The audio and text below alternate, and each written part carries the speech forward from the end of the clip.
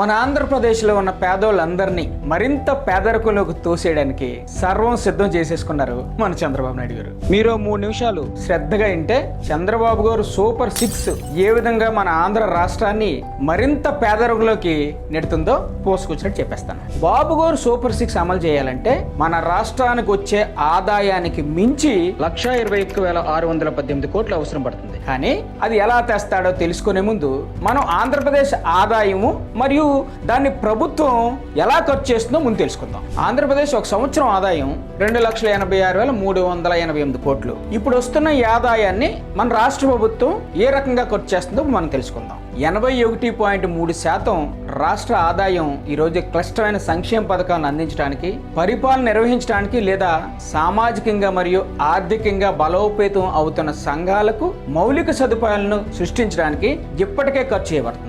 మిగిలిన 18.7% 2019లో టీడీపీ ఏపీకి వదిలిపెట్టిన అప్పులు తీర్చే దశగా వెళ్తుంది. అలాంటప్పుడు బాబు గారు చెప్తున్న సూపర్ 6 అమలు చేయడానికి ప్రతి సంవత్సరం అదనంగా అవసరమయ్యే 1,21,618 కోట్లు ఎలా పూరిస్తారు? అందరికీ తెలిసిన విషయమే.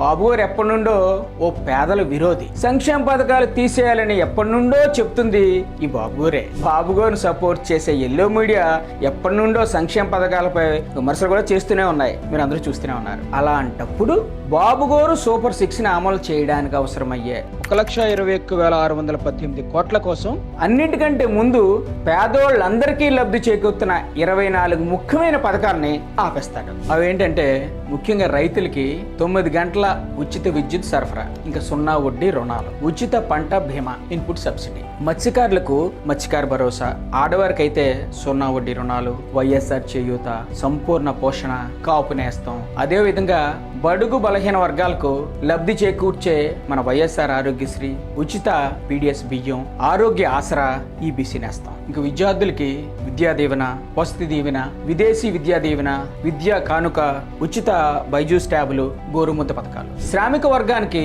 కార్మికులకి తోడు, చేదోడు, వాహన మిత్ర, నేతన్న నేస్తం, లా నేస్తం, ఈ పథకాలన్నీ ఆపేస్తాడు. ఈ 24 పథకాల వల్ల మన రాష్ట్రంలో కనీసం 1 కోటికి పైగా పేదోళ్ళందరూ ప్రతి సంవత్సరం లబ్ధి పొందుతున్నారు. పైగా ఇవి బాబు గారు సూపర్ 6లో ఎక్కడా లేని పథకాలు. మరి ఇలాంటి సూపర్ 6ని నమ్మి చంద్రబాబు ఓటేస్తే మీ అందరికీ లబ్ధి చేకూరుస్తున్న ఈ 24 పథకాలని ఆపేసినట్టే. పేదరికం నిర్మూలించడం పక్కన పెడితే మరింత పేదరికంలోకి మనం దగ్గరైనట్టే.